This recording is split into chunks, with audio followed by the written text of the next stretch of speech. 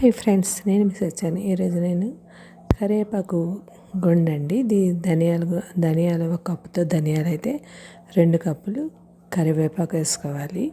అలాగే మనకు టేస్ట్ తగ్గ కారం, మిరపకాయలు వేసుకొని వేయించేసుకోవాలి.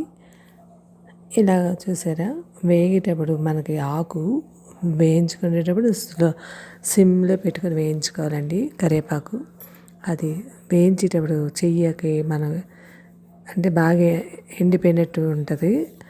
అప్పుడు తీసి ఇవ్వాలి కరివేపాకు. అందులోనే ఎండుమిర్చిని, చిన్న చింతపండు, ఉప్పు కలిపి వేయించేసుకోవాలండి.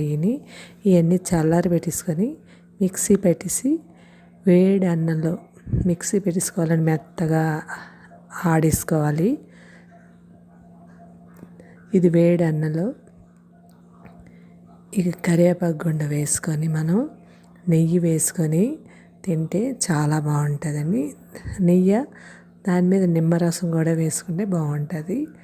ఎంత టేస్ట్గా ఉంటుంది కూడాని మనకి వాళ్ళల్లో అది ఫేవర్స్ అవి వచ్చినప్పుడు నోటికి బాగోపోతే ఈ ధనియాల పొడి వేసుకొని తింటే చాలా బాగుంటుందండి. మంచిది కూడా, ఒంటికి ఆరోగ్యానికి కూడా మంచిది.